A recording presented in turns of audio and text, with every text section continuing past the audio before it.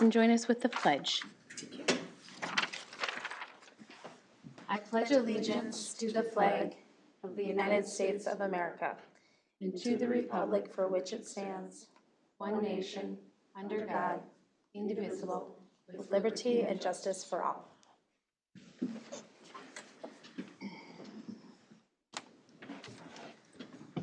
All right.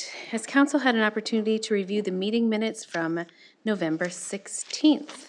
There is an amended, just a couple changes on our desk from the exec session. If so, I'll ask for a motion to approve. Make a motion to approve the minutes. I'll second. Motion from Robin, second from Becky. Those in favor can state aye. Aye. Opposed, carried. Any changes to this evening's agenda? Hearing none, I'll ask for a motion to approve the set agenda. Motion to approve the agenda as presented. Second. Motion from Rick, second from Robin. Those in favor can state aye. Aye. Opposed, carried. Guests and open forum. Anyone for guests and open forum this evening? Seeing no one, we'll move on to committee reports. How about budget and finance? I handed that sheet to you, right? Yes, you did. Okay. Thank you. We met on November 17th. It was a pretty quick meeting. We reviewed all the financials and the Gulf trend. We talked about the potential grant anticipation funding update, and we're still looking mid-2022 before we're going to worry about that. Talked about past due utilities and the certification for sending it to the county. And AR invoices are current. We talked about an assessment search fee schedule change, and I believe that's on our agenda. Yep. And the generator proposal, which is also on the agenda for tonight. And then we talked about adoption of the final 2022 levy. All right. That's it. How about police committee? Police committee, actually, I get to police, Excel, and planning commission. Okay, go ahead.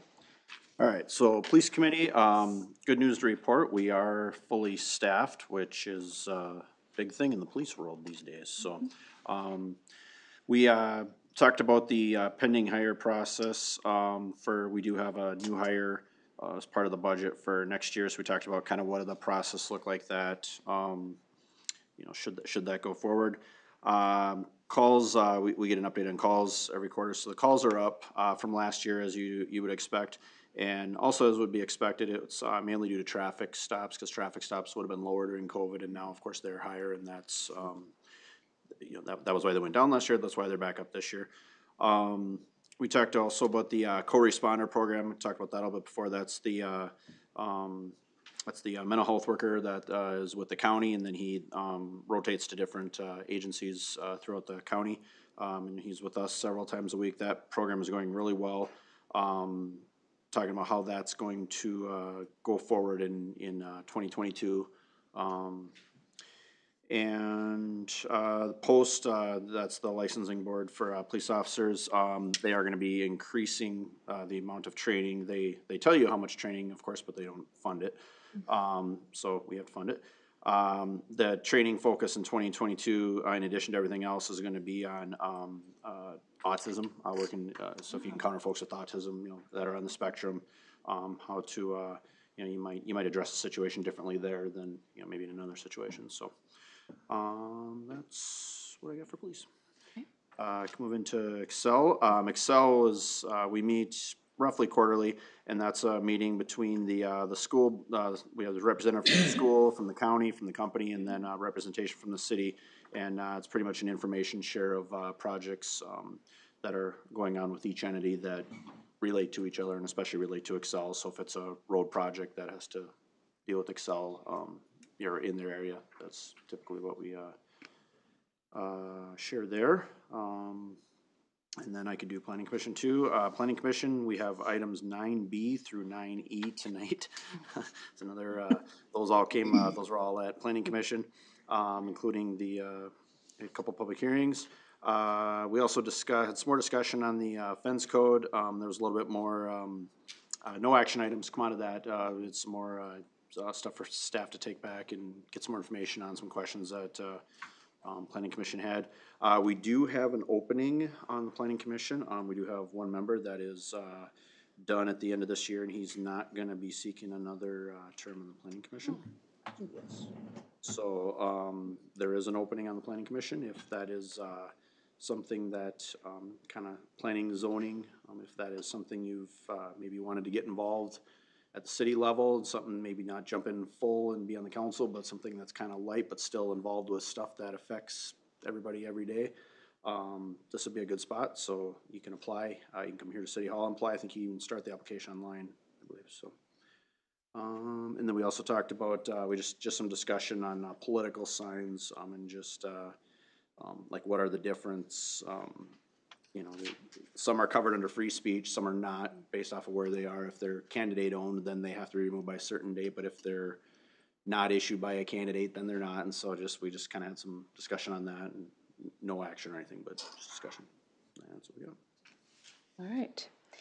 And then joint planning, we just had a variance request that was approved. That was about it. It was a fairly fast meeting. Yeah.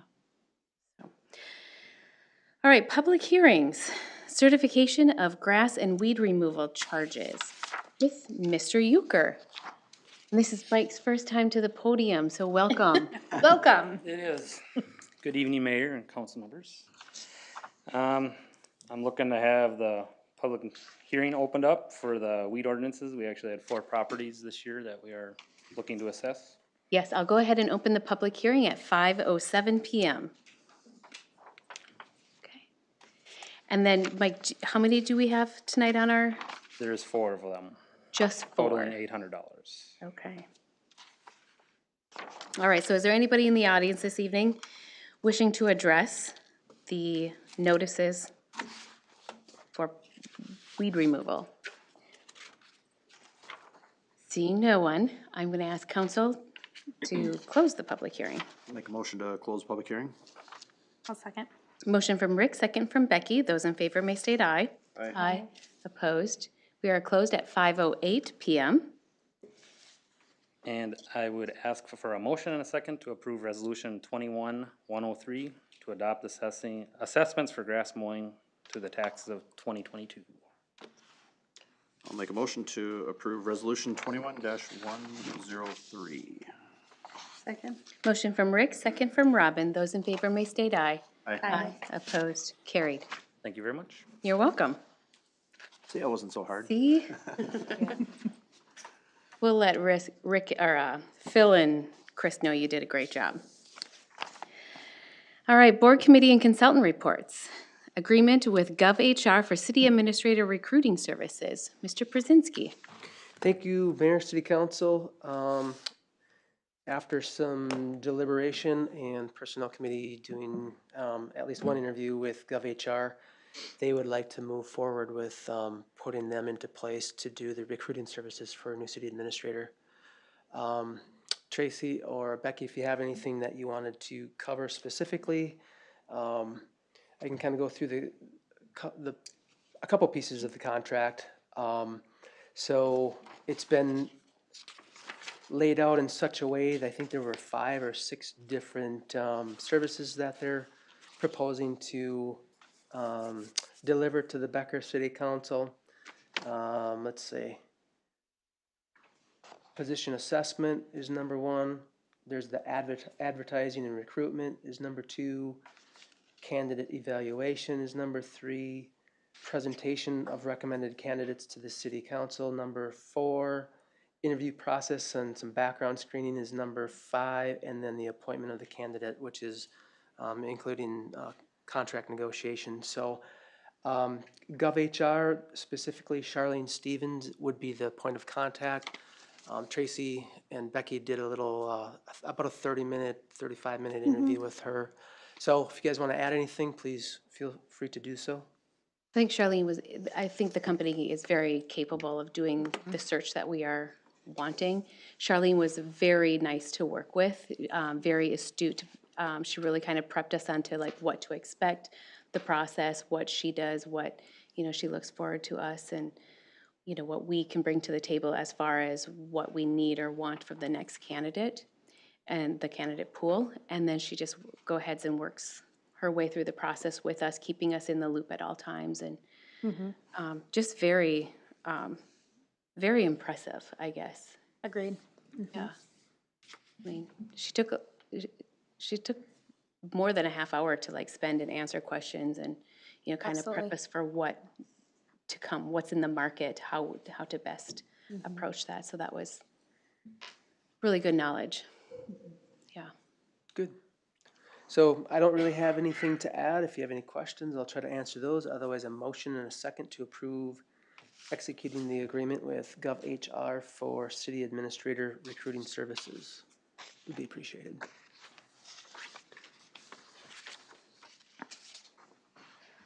Make a motion to approve the agreement with GovHR for city administrator recruiting services.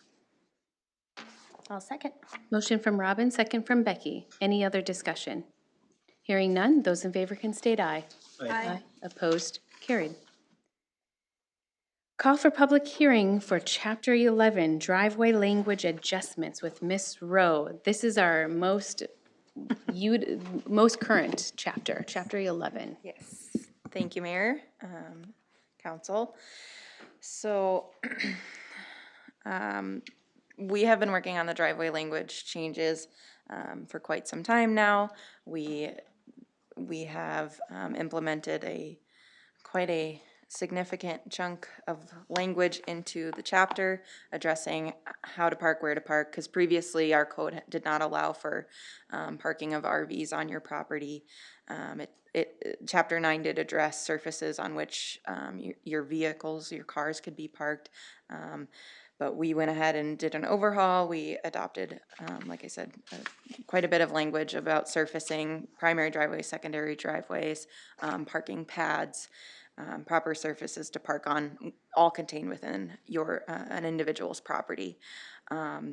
During our implementation of this, we had staff was made aware that an important language prohibiting parking on unimproved surfaces in the front yard was actually inadvertently left out when the language was approved or recommended for approval in Planning Commission. There were formatting changes that were made, and then it went to City Council. So whatever went to City Council had inadvertently dropped that language that addresses parking on improved surfaces in the front yard. So staff was made aware of that. We want to correct that. So originally, Planning Commission did recommend approval, and it was meant to go to City Council. But because of that formatting overhaul, that made a ton of those changes were basically for legibility and approachability, you know, from the public. Unfortunately, a couple of those key languages were left out. So we are proposing to call for a public hearing to add those back in. Planning Commission at their November 29th meeting, they did call for public hearing for this. However, we called for the 27th.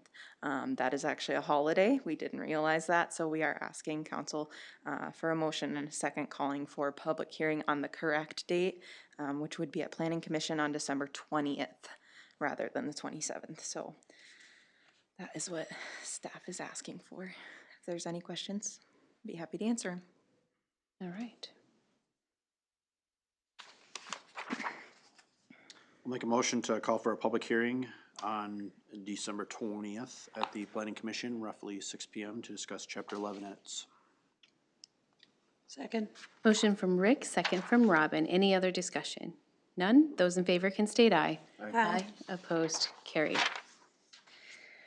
Thanks, Mary. How about Chapter 11 edits now? Yes, thank you. So these edits were discussed at Planning Commission on November 29th and brought up through review and discussions with current landowners in CCOM and C Highway zoning districts. Staff is recommending a few edits for ease of use. So the first edit would be to raise the height requirement of both primary and accessory buildings in CCOM and C Highway to 50 feet.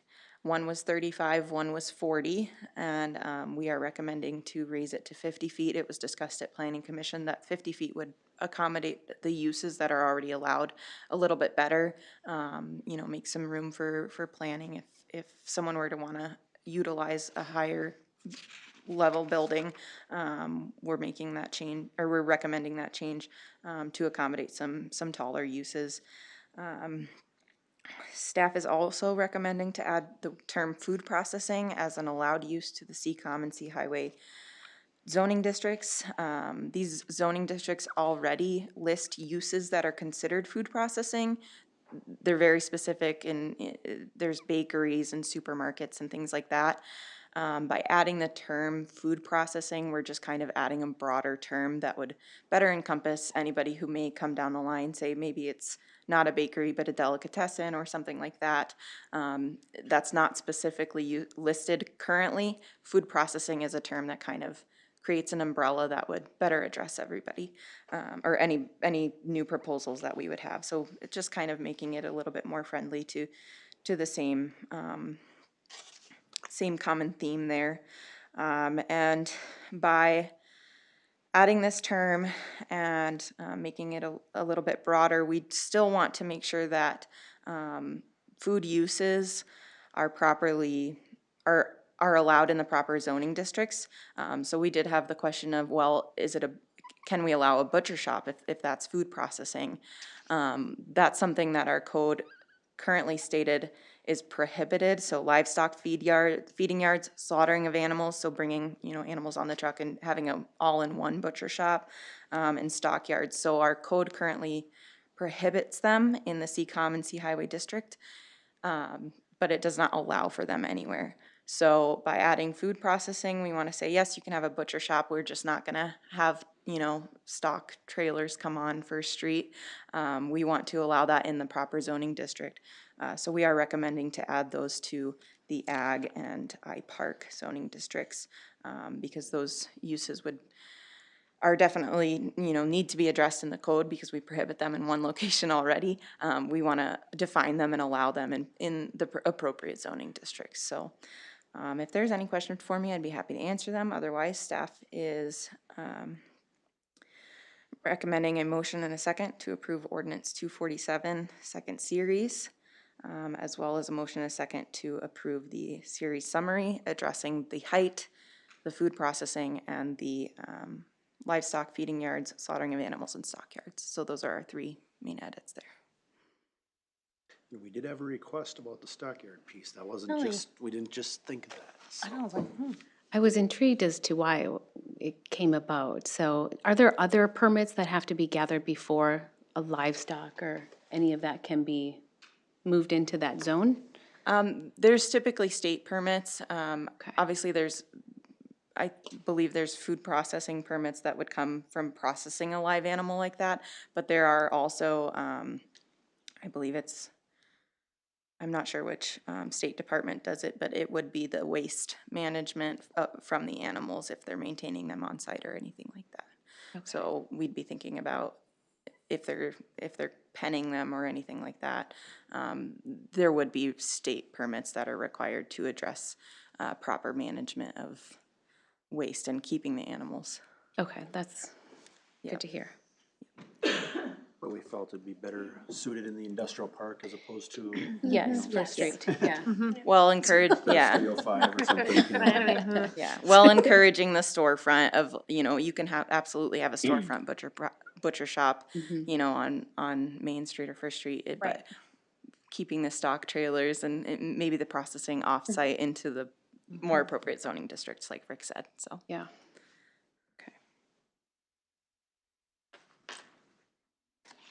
I'll make a motion if Go ahead. motion to approve ordinance 247 second series, amending several sections in chapter 11 ordinances. Second. Motion from Rick, second from Robin. Any discussion on that? Hearing none, those in favor may state aye. Aye. Opposed? Carried. And I will make a motion to approve ordinance 247 second series summary for publication purposes. second that. Motion from Rick, second from Robin. Those in favor may state aye. Aye. Opposed? Carried. All right, River Oaks, third edition, CUP amendment, preliminary plat and final plat applications with Ms. Coffee shop. Did we? Oh, The sorry. letter D, yep. Sorry, let's go back. You can start a riot there. I didn't, I know. I normally check them off as we did, and okay, sorry. Conditional use permit for the drive-through coffee shop, Miss Rowe. Thank you. So staff has received a conditional use permit application for a drive-through coffee shop to be located at 14083 Bank Street, Suite 2. The application was reviewed and deemed complete by staff.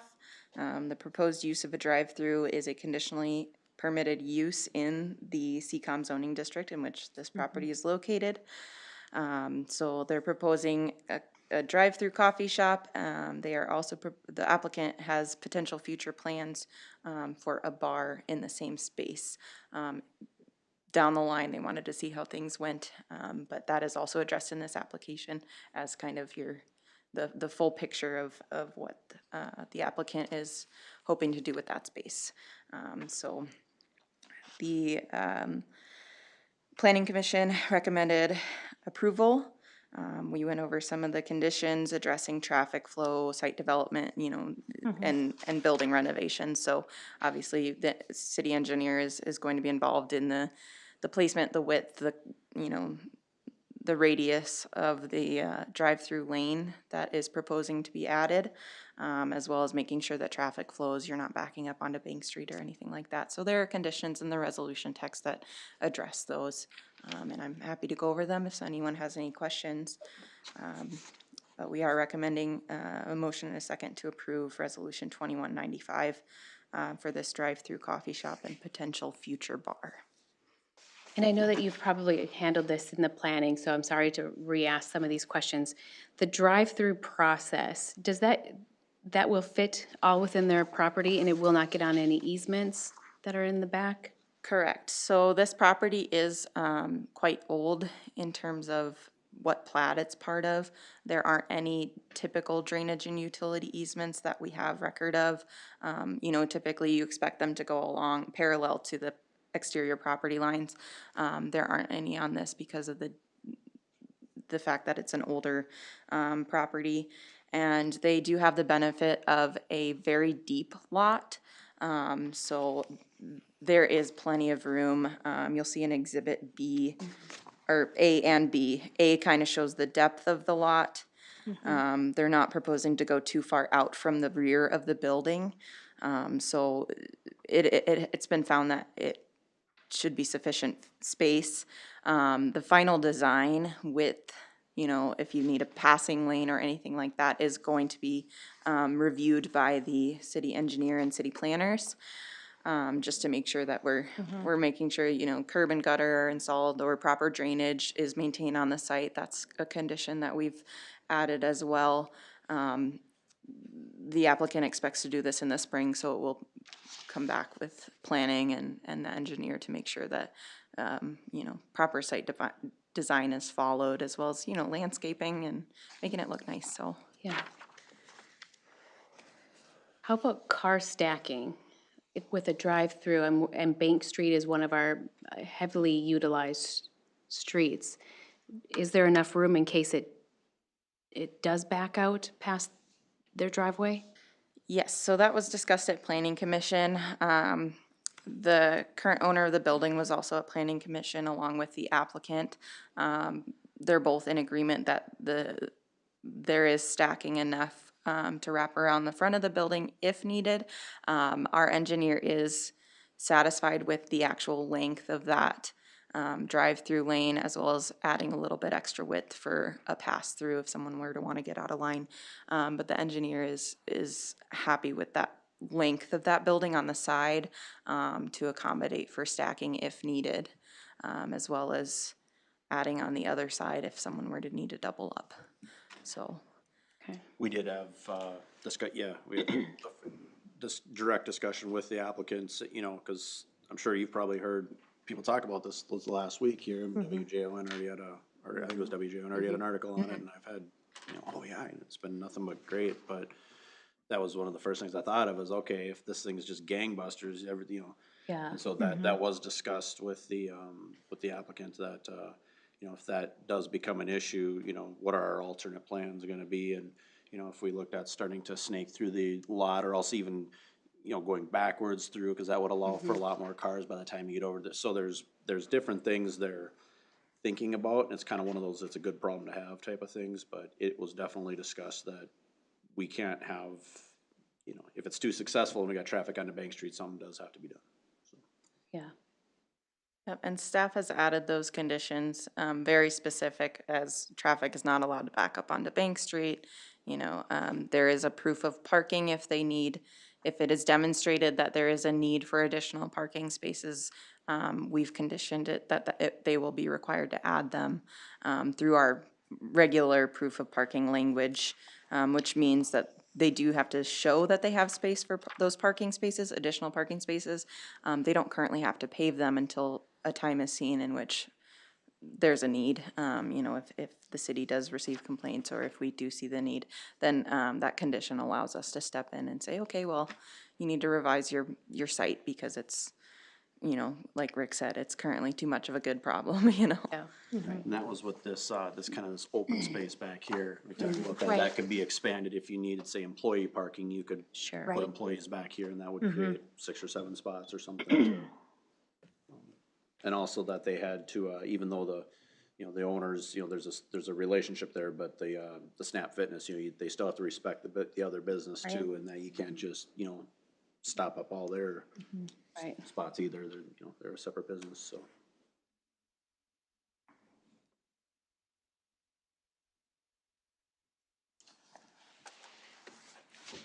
Anyone else have any questions? I'll make a motion to approve Resolution 2195, approving the conditional use permit for a drive-through coffee shop. I will second that. Motion from Robin, second from Becky. Any other discussion? Hearing none, those in favor can state aye. Aye.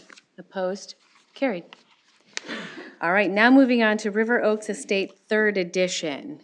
So, Mary, take us through that. All right, thank you. So we have received a complete applications for a conditional use permit amendment, preliminary and final plat for 7 parcels from applicant and landowner Avalon Homes. River Oaks Estates was originally established in 2004 via a conditional use permit that approved the planned unit development known as River Oaks Estates. On March 4th of 2020, City Council has approved River Oaks Estates Second Edition, which was turning a good chunk of those townhome lots into twin homes. This proposal is to amend the CUP again, replat the remaining townhome lots, those there's 7 left, to allow for the development of 4 twin homes. We're processing these applications concurrently. Planning Commission did recommend approval. But you'll probably have a little bit of deja vu in reviewing these because very similar to River Oaks Estate Second, just on a smaller scale.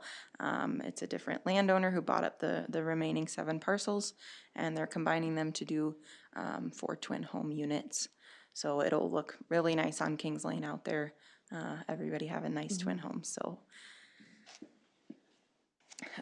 if there's any questions, I'm happy to answer them. Otherwise, staff is recommending motion second approving resolution 2196 for the CUP, 2197 for the preliminary plat, and 2198 for the final plat application for River Oaks Estates Third Edition. Okay.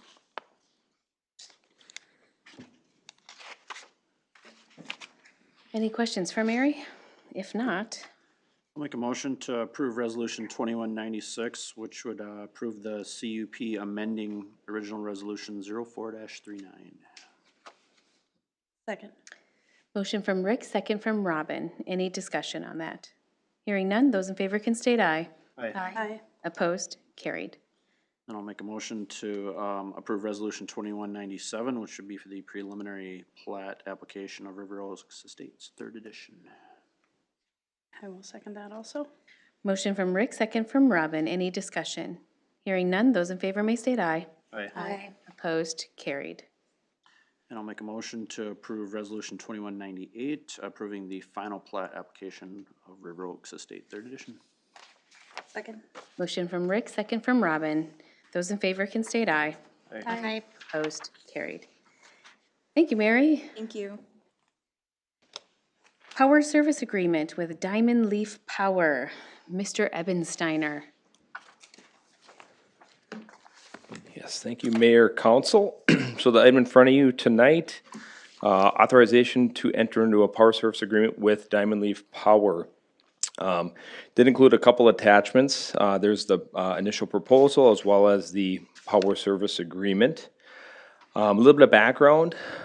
As staff, we have previously considered backup generation at the city locations and where it makes sense, most recently the generator at City Hall. We were recently approached by Connexus Energy, who suggested an opportunity with Diamond Leaf Power for a turnkey installation of a generator. And then under the proposal, there's a share of the credits that we would receive by having that generator available for Connexus to utilize. So we'd share in that credit. It's a 10-year term. The credits would be split for the first 4 years on a 20% city, 80% Diamond Leaf.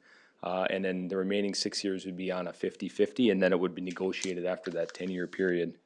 Our estimated credits would be approximately $100,000 over that initial term of 10 years. In addition to the cost savings, the generator would provide critical power to the community center in the case of an emergency or natural disaster. So pretty much it has a switch, and as soon as it senses that power is out, it just flips over anywhere from 5 to 15 seconds where it would power up.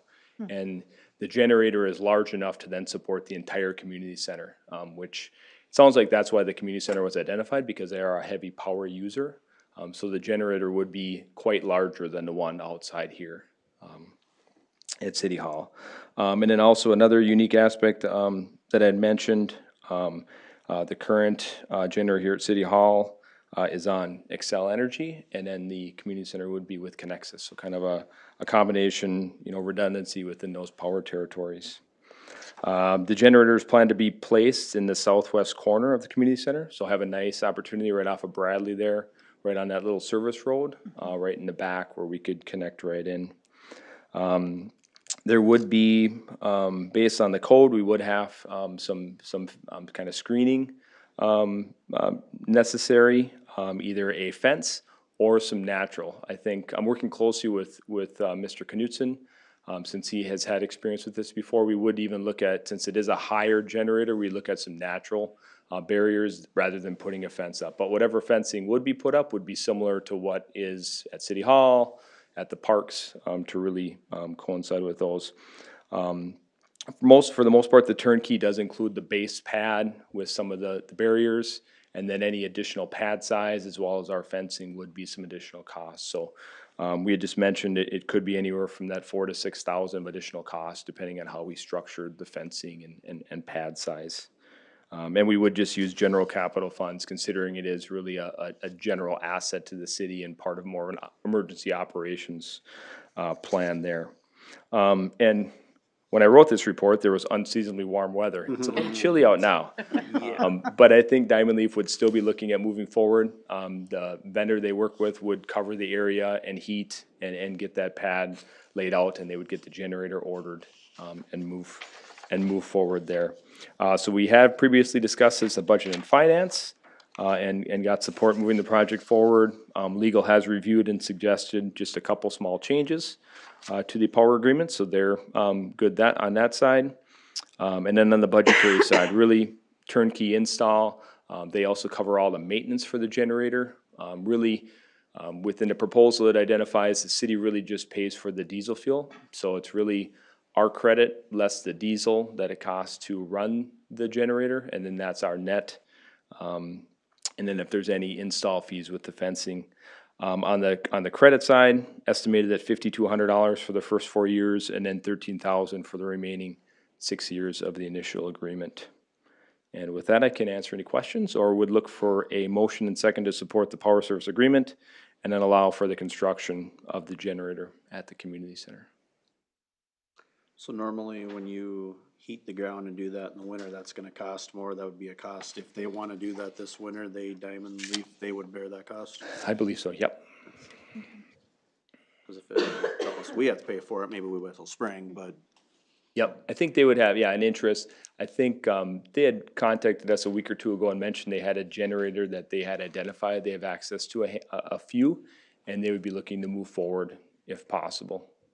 And then we would wait until spring before we did some of the additional improvements. We would do mainly the pad and some of the main barriers, and then look at options in the spring, probably bring it back to council on what we decided.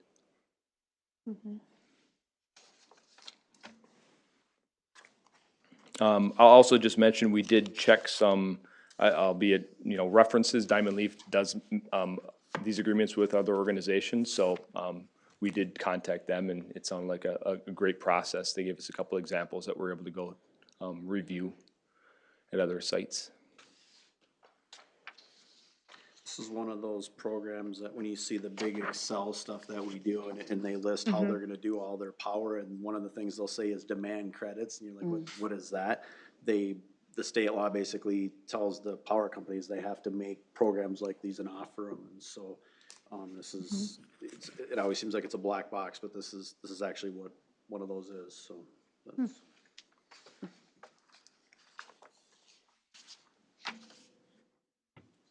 I'll make a motion to support the power service agreement and allow for the construction of the generator at the Becker Community Center. I'll second. Motion from Robin, second from Becky. Any discussion? Hearing none, those in favor can state aye. Aye. Opposed? Carried. Administrator and staff reports. Change order number 3 for 2020 new municipal well field, contract B, new well house. That's, you guys mouthful. all like in the back room, we're like, how should we trick her out, right? Peter Piper picked it back. Yeah. All right, Mr. Ebensteiner. All right, thank you, Mayor, Council.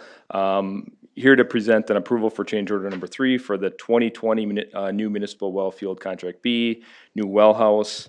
When approval was given for the well project, contract B was also awarded the new well house to support the wells and water main. The final depth of the well was unknown during the bidding process and was estimated.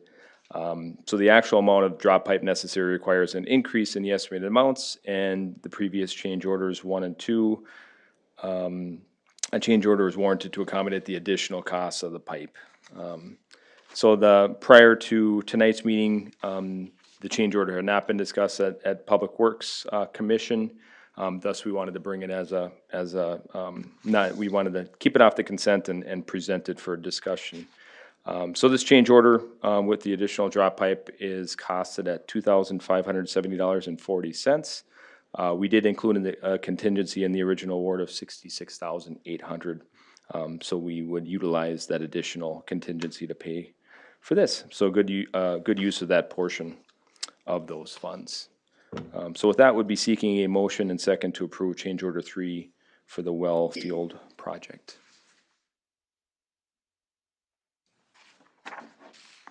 make a motion to approve change order number 3 for contract B of the 2020 municipal well field project. Second? Motion from Rick, second from Robin. Any other discussion? Hearing none, those in favor can state aye. Aye. Aye. Opposed? Carried. Great, thank you. Thank you.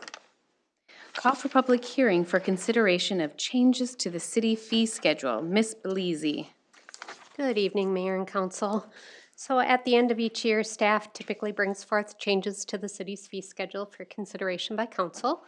According to state statute, this does need to be done by ordinance and a public hearing. So tonight, I'm asking for a motion and second to call for a public hearing at the December 21st meeting at approximately 5 p.m. to consider those changes. If you have any questions, I'll answer them. Otherwise, the motion.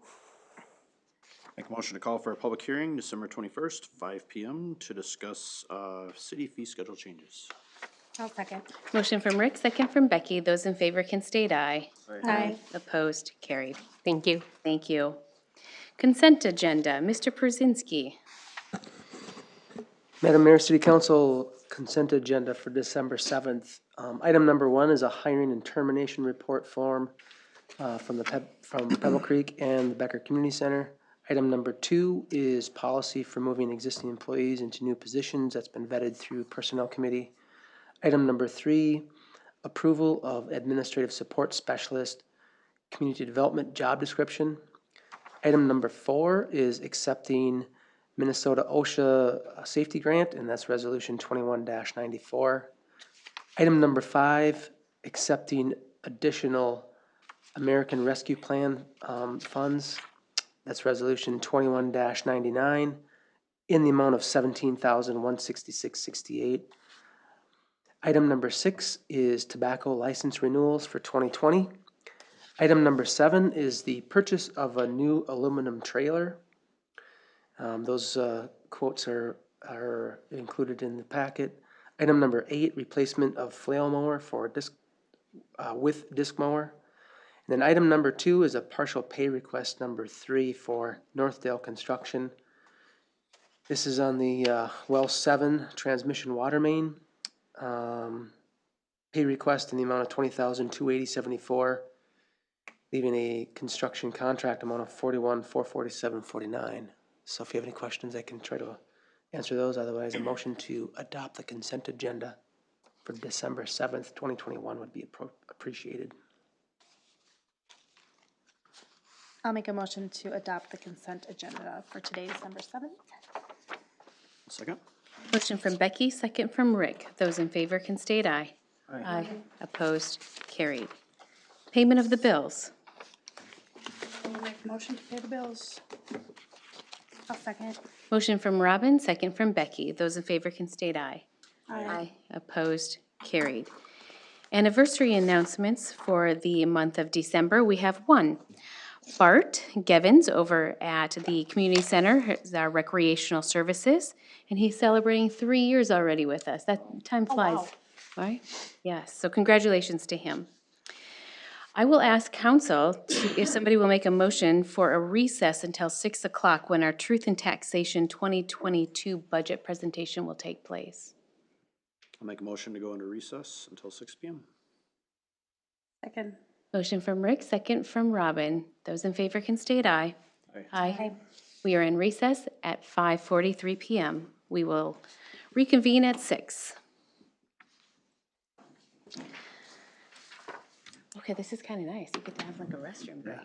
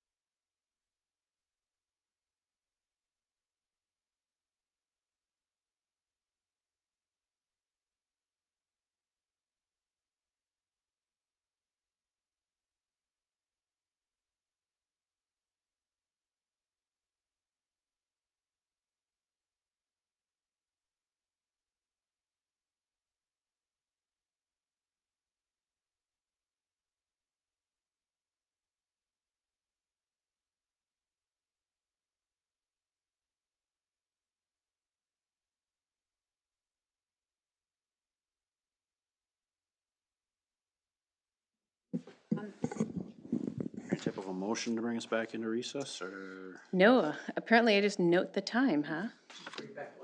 We are, Whack, we're back. we will call the meeting back to order at 6:01 PM. And next on our list, Truth in Taxation 2022 Budget Presentation with Mr. Ebensteiner.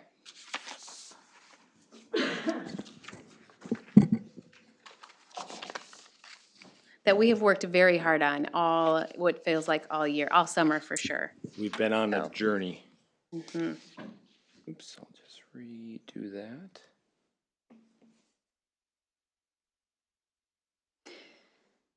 We'll see if it pops up on the right screen. Yes. Did you see Gus on the I city did. calendar? That's hi. It was fun. I saw your dog too. Yes, we should encourage all of our viewers to stop by City Hall to get their City of Becker calendar. It is Staff Pet Edition. So it's kind of guess the pet. And January's the best pet of the year. And halfway through the year, there's another one, yes. So stop in, grab your calendar. They're fun. Yep, well done. All right, well, thank you, Mayor, Council. I'm here, as you mentioned, I'm here tonight to present the City of Becker 2022 final budget and levy. So it's been a journey. Started back in March, so I'll dig in here and we'll get started. So the budget calendar, just to give viewers and council kind of a snapshot of where we began and where we are now. Starting back in March with some of the preliminary review, meeting with each department and updating the CIP. You can see they're continuing through the summer. Really, culminating all the highlights really tonight is the culmination of all that work throughout the year to present to council, allow the public some input as well. So as you can see on this slide, continuing through September 30th, we have a deadline to present our preliminary budget to the county. And then here we are on the 7th, looking at final approval of the budget and the respective levies. Really on the government fund side, budgets must be adopted, and then also on the enterprise budgets. So we have mainly the levy side on the governments, and then the enterprise budgets as well. So looking at our core values for the city, include leadership, excellence, trust, innovation, collaboration, stewardship, transparency, professionalism, and accountability. Tonight with the budget, we really focus on that stewardship. We're using resources in a responsible manner. Thus, we adopt a budget and operate under that budget throughout the year. And then also transparency, including our taxpayers in our process, which was really the goal of the truth in taxation process, to allow residents to come in and speak and give their perspective on any questions on the process. So the agenda for tonight, I have a short presentation on the budget and levy, any city council comments and questions. We'll have some time for public comment and resident comments, questions, and then looking at adoption, I have 3 resolutions prepared for approval of the levies and the budgets. So starting with the general fund budget, looking at $4,652,940, an increase of 13.7% from 21. The general fund is primarily made up of general government, public safety, and public services. So within general government are around 1.7 million, city council, city administrator, city clerk, finance, professional services, and planning. Public safety are 1.4 million. We have police, about 1.2 million. We have a fire relief pass-through of 86,000, and then building inspections of 125,000. And then public services, which is made up of public works and parks, right around 1.5 million. And that's really the general fund portion. We have public services within water and sewer, but here's the general fund side of those public services.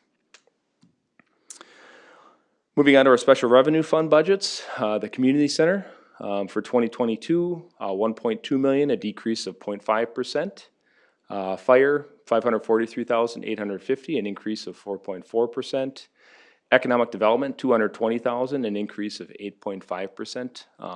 We'll address on additional slides. Economic development, we really set that budget based on what our max tax is allowable. So this year, considering our tax capacity increase, we're allowed to increase that levy that goes into that fund and set aside some funds for future development and plans. So on the golf side, our other special revenue fund, 2.5 million.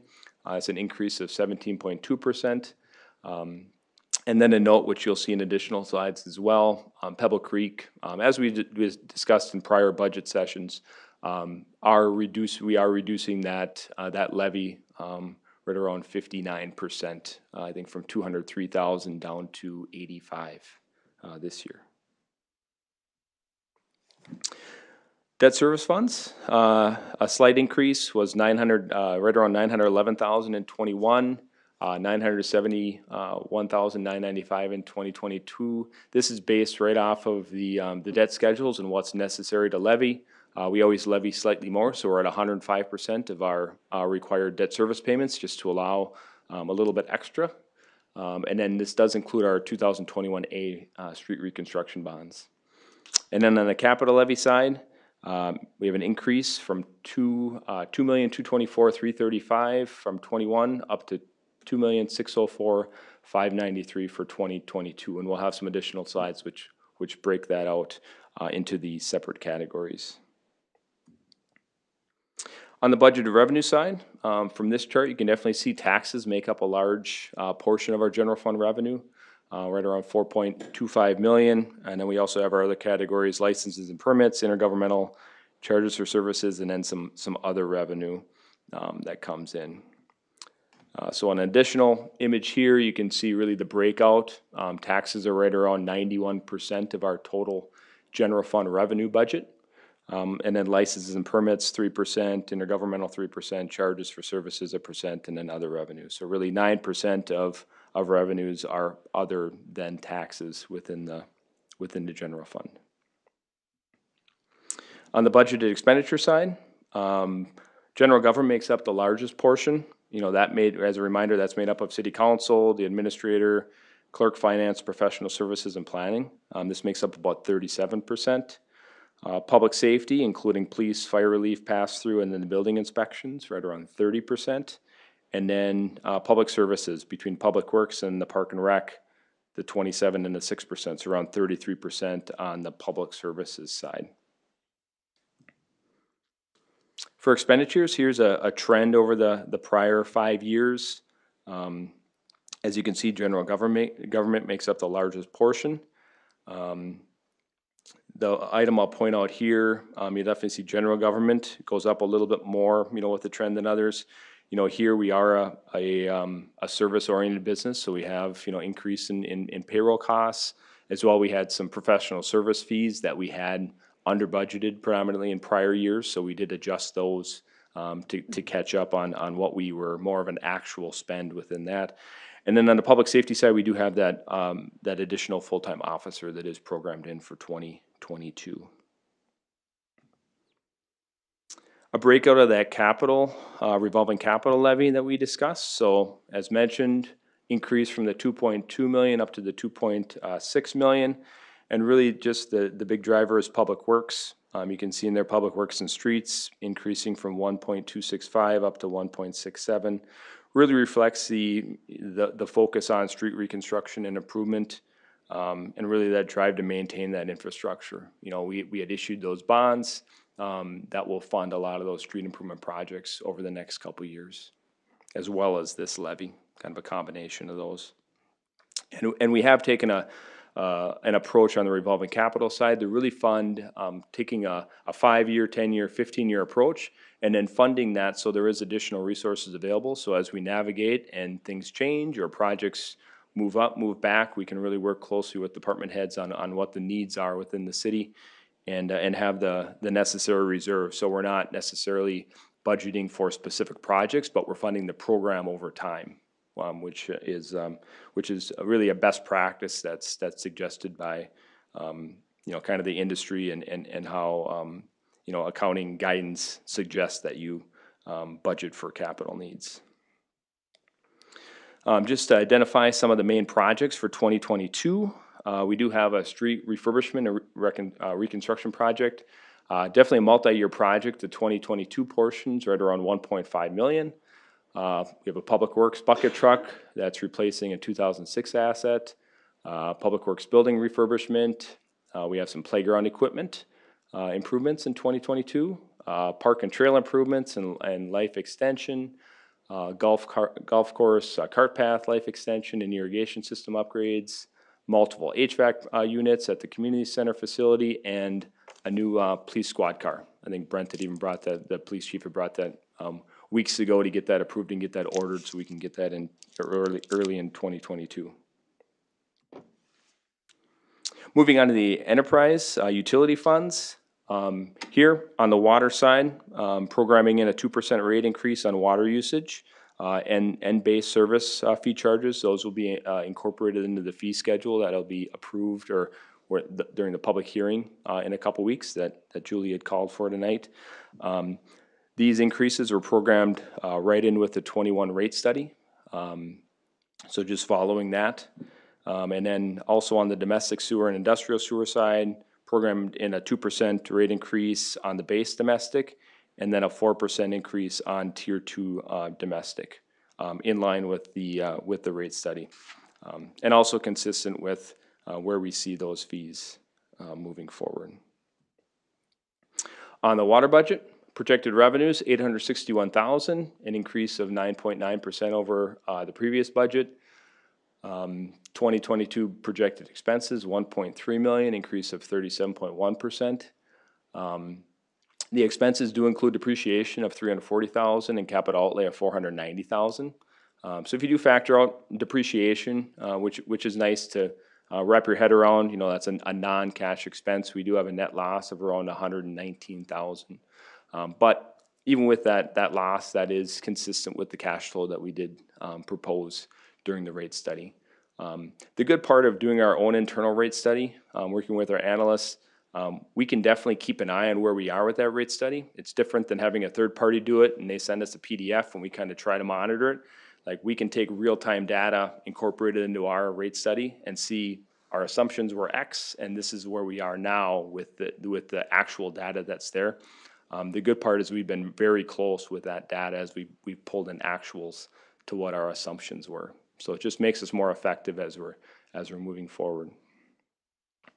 On the domestic sewer budget, projected revenue $949,500, an increase of 7.7% over the previous budget, and consistent with the projections. Projected expenses $1.7 million.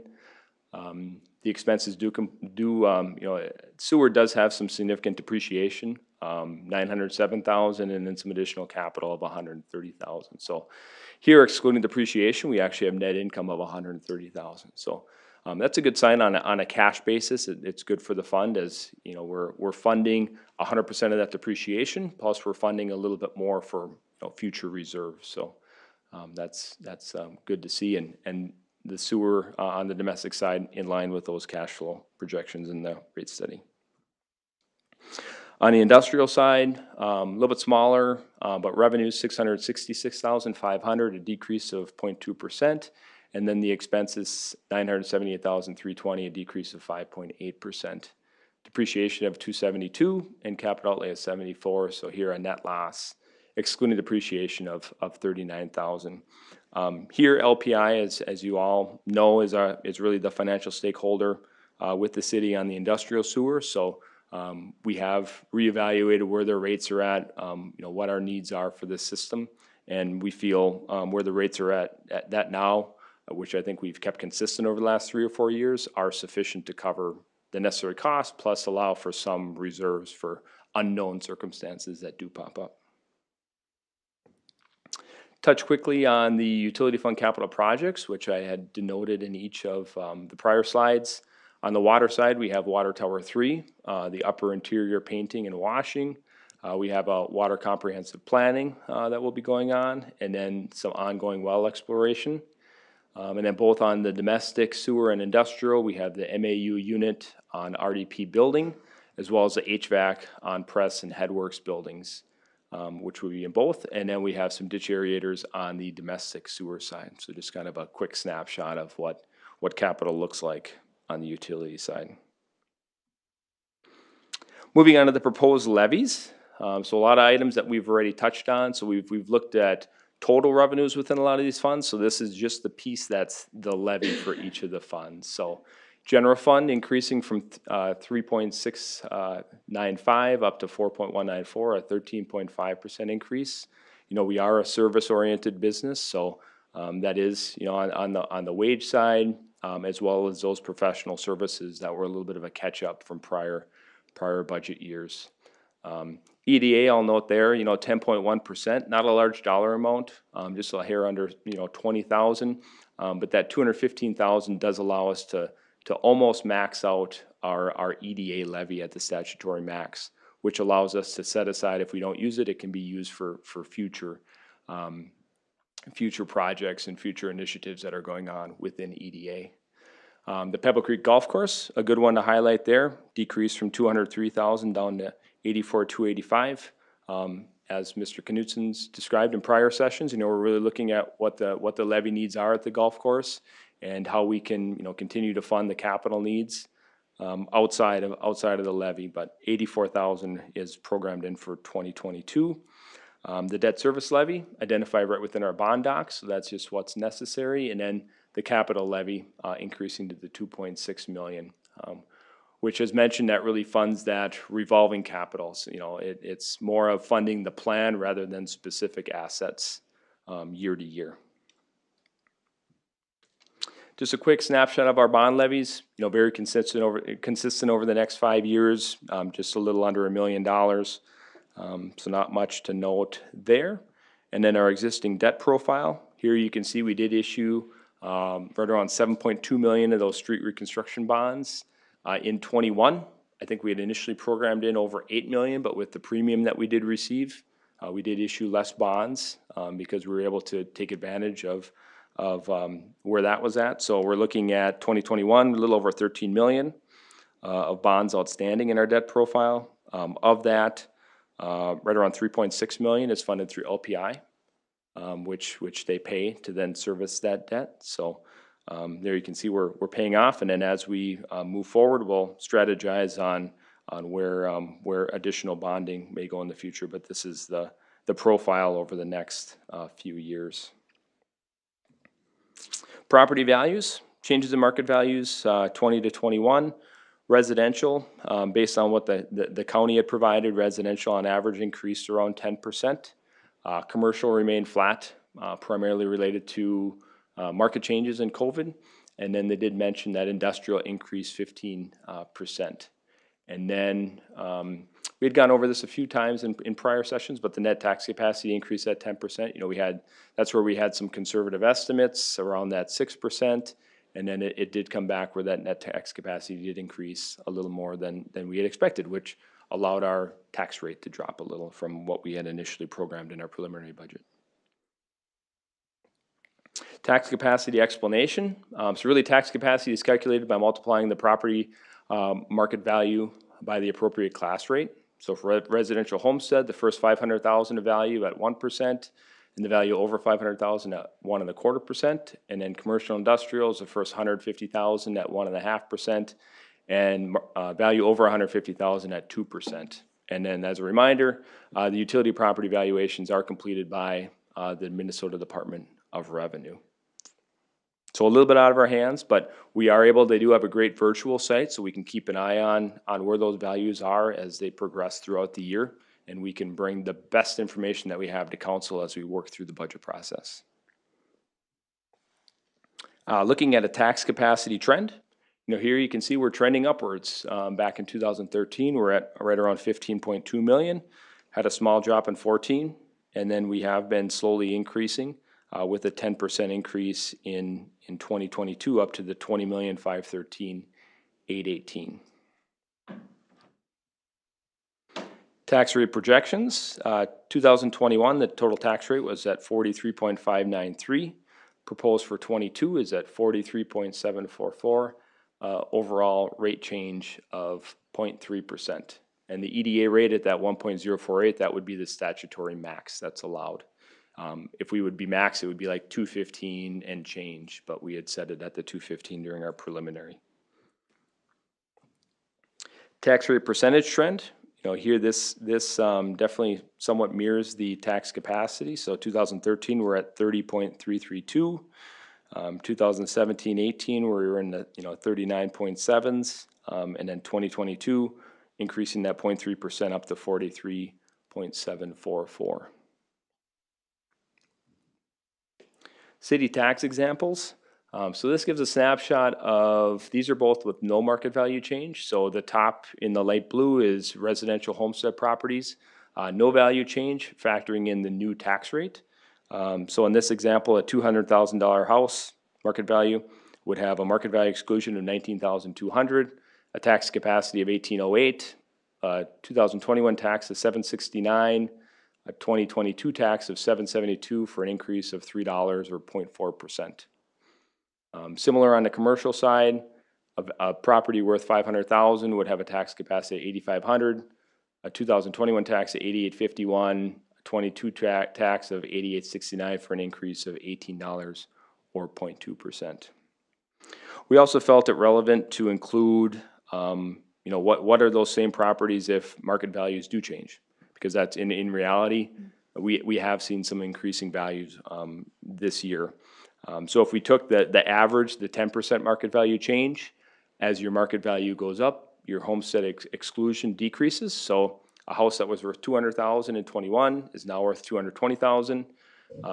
The market value exclusion decreases slightly at 17.4. So you have a tax capacity at 2026, 21 tax of 769, and then at 22 tax of 865. So a $96 increase, or right around 12.5%.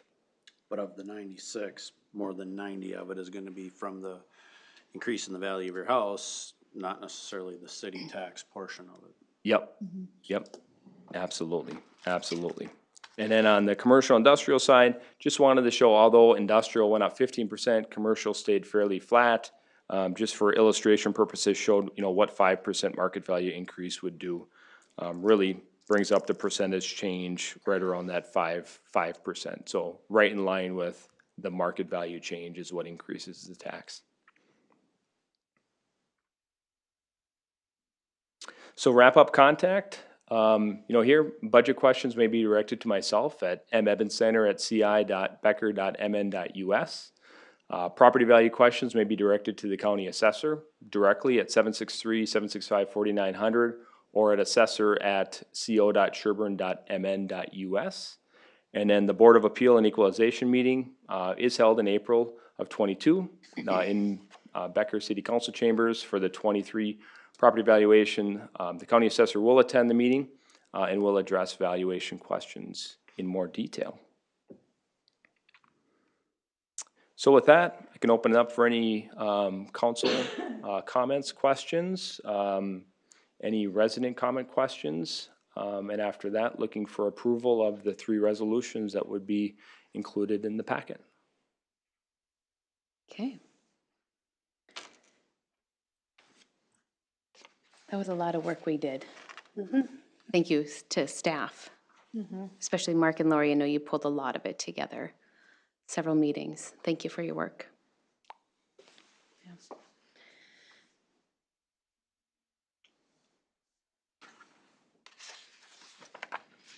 Any questions or comments from council?